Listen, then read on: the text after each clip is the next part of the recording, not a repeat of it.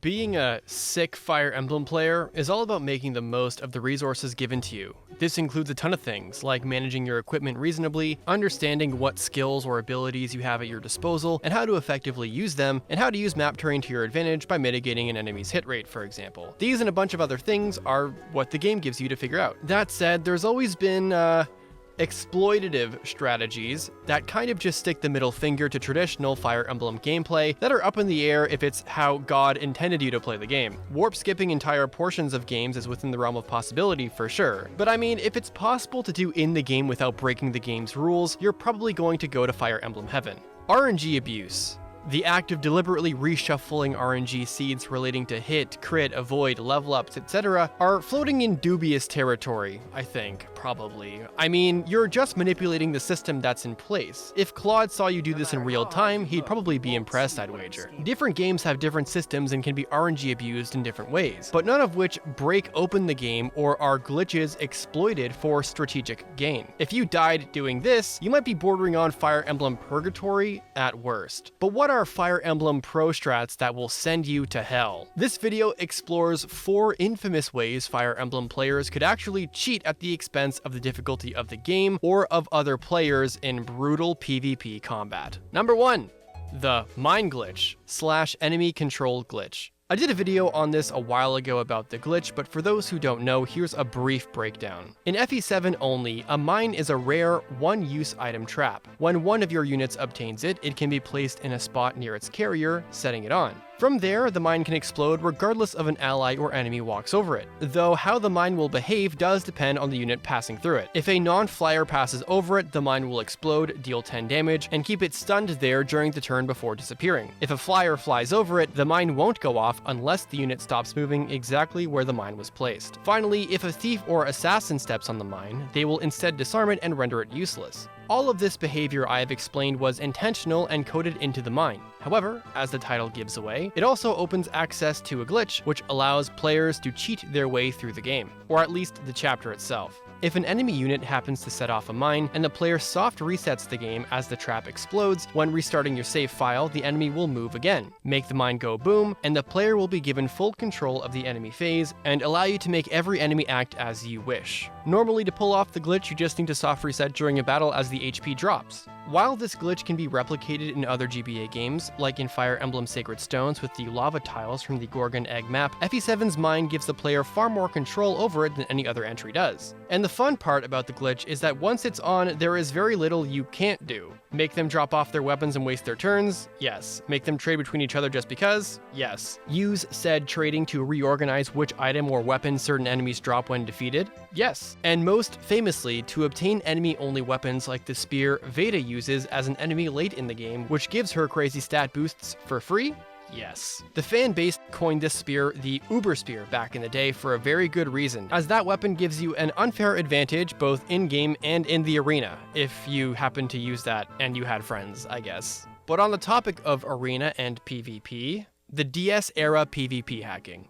Back when Nintendo DS online servers were still active, trying to play PvP modes online with Shadow Dragon and New Mystery was kind of a nightmare. The console didn't have any sort of protection whatsoever for homebrew software, so once flashcards like Action Replay started popping up, whose purpose is to let you add cheat codes to the games, people wasted no time with it. So what kind of stuff would you face as a player in Shadow Dragon's online PvP, which was a sure sign you were facing a cheater? Number 1. Max move. Even though 12 move is the most a unit can normally have, through having a Paladin or Wyvern Lord that had used boots, the actual in-game cap coded for move is 32. On a related note, any team that had more than one unit with far extra move than usual would be another sign, mainly as in Shadow Dragon, there is only one boots in the entire game. While Shadow Dragon and New Mystery allows you to forge weapons, normally there are specific ones you cannot forge, like the Falchion, the Arcanean Regalia, like the Mercurius, Hauteclaire, and Parthia, Dragon Stones, and some specific tomes like Aura, Excalibur, Nosferatu, and Starlight, and a few more. Like you would expect, cheats get around that limitation. So you would face players having any of these weapons with light blue text, a sign those were forged against the game's will.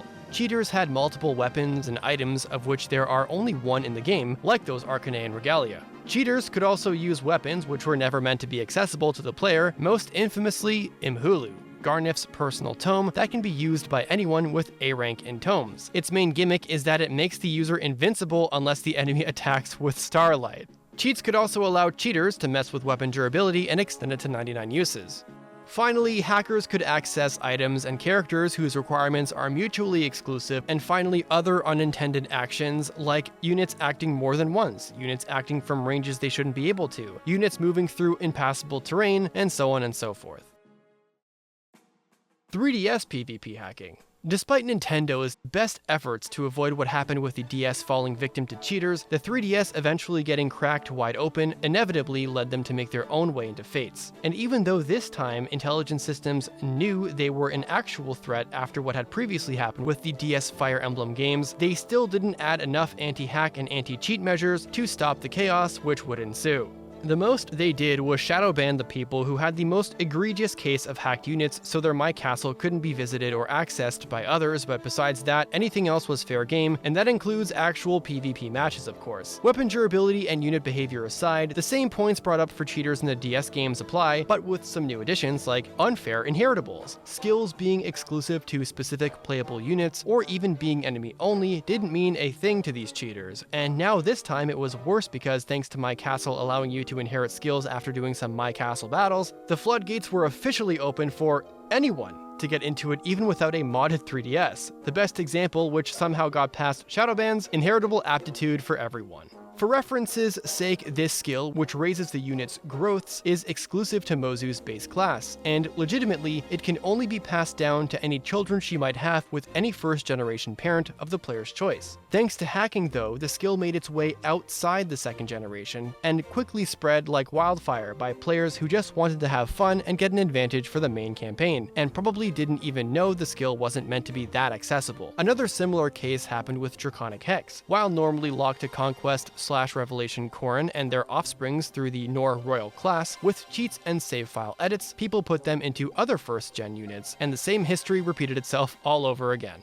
Classic Fire Emblem games give you a very limited inventory per character. The most you get is 5 slots to work with, and anything beyond that is either discarded or sent to the convoy. Hackers bypassed that in PvP battles, accomplishing such cheap feats as having 35 rainbow tonics on units' inventories or having 17 rescue staves available. Finally, the most egregious case would be the hacked units. Through save editing, one could set up any unit with any skill and any class you wanted, as long as it didn't crash the game, and use them for PvP content. With this, hackers were able to pull stunts like Dancer Corrins, make bosses like Garen, Makoto, and Sumeragi playable, and raise their stats to whatever extent they wanted. And the opposite players would be unable to do anything about it.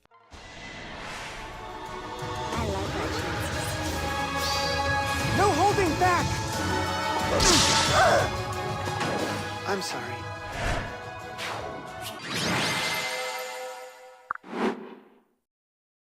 Three Houses' Viscum. To finish things off, we have the most well-known case of blatant cheating in Three Houses, which is made possible thanks to both cheaters and non-hackers with an NSO subscription. Selling Viscums in the online liaison, made possible thanks to the game having no checks whatsoever, and didn't care because there was no PvP in this game anyway. Unlike every other enemy-only weapon in the game, which would otherwise be also eligible for this kind of cheating, the Viscum is by far the most popular and practical way to break the game in half, and for very simple reasons. It's an E-rank sword with 20 might, 1 to 9 range, 100 hit, 5 weight, and no durability, and does magic damage, and its price is 1 gold. With those stats, anyone can buy it, give it to any unit they want, and have them snipe enemies from extremely far away, even if their magic isn't good to begin with thanks to the base might. Even though the game shows the weapon as a sword, it's affected by neither Swordbreaker nor Swordfair, and the fact that it has no durability also means that you can't use it to pull combat arts with it.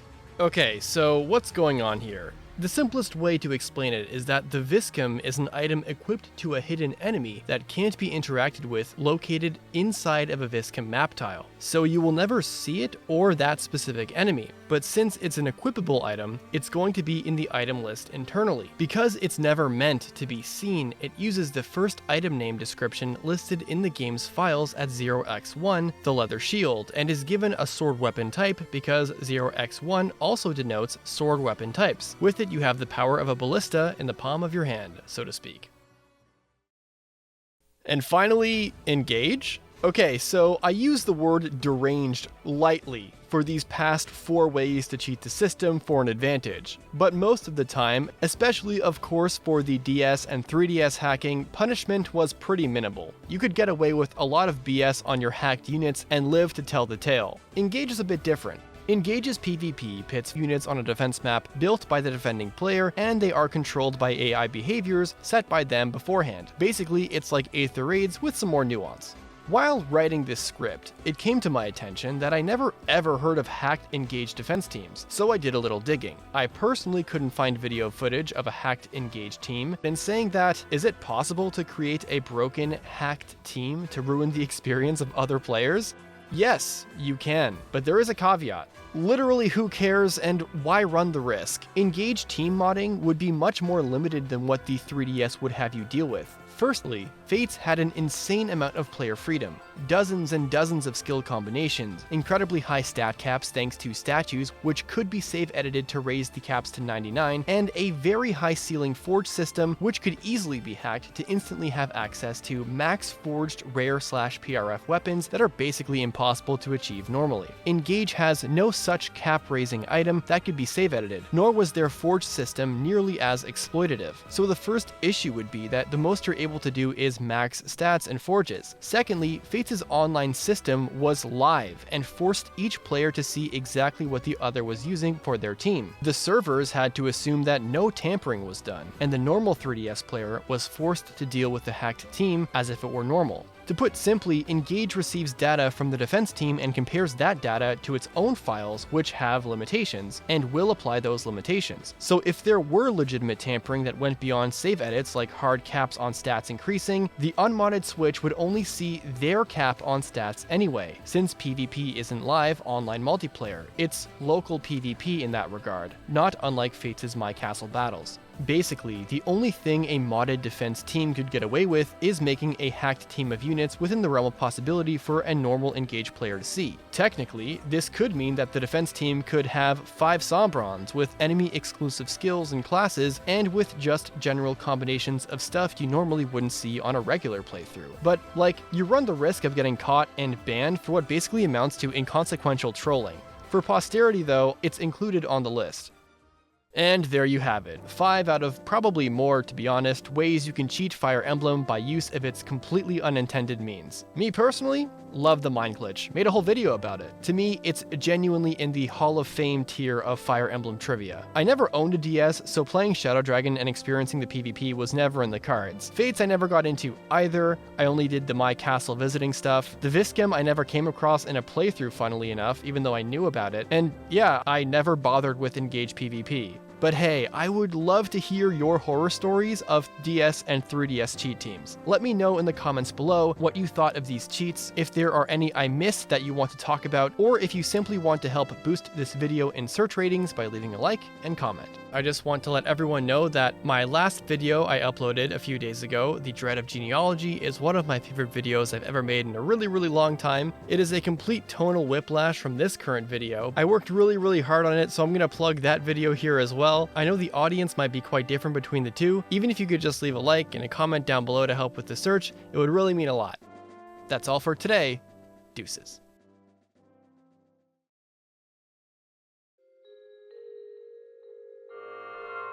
You